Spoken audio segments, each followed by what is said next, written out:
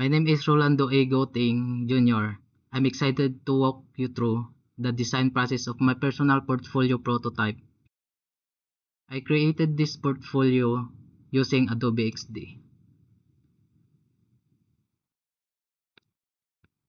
First, I designed the navigation bar at the top.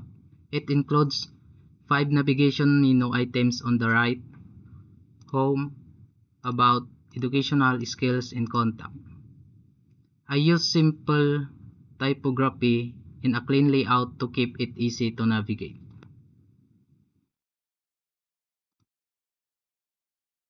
On the home page, I only put an text and image.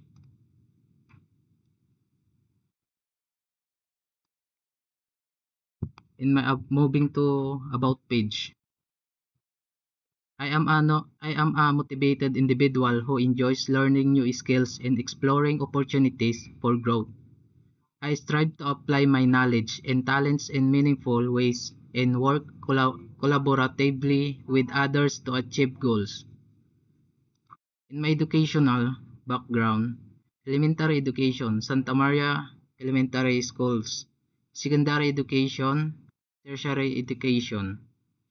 And my skills is game development and web development. In contact, you can reach me with my info or type your name, email, and message.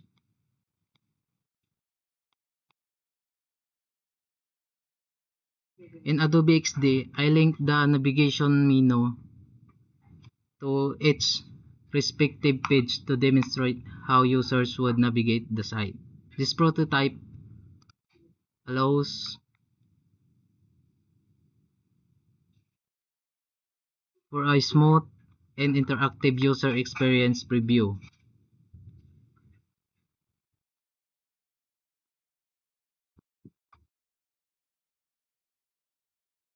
Gaya nito, dito sa about, nilink ko siya dito. Ganon din sa iba. Thank you po.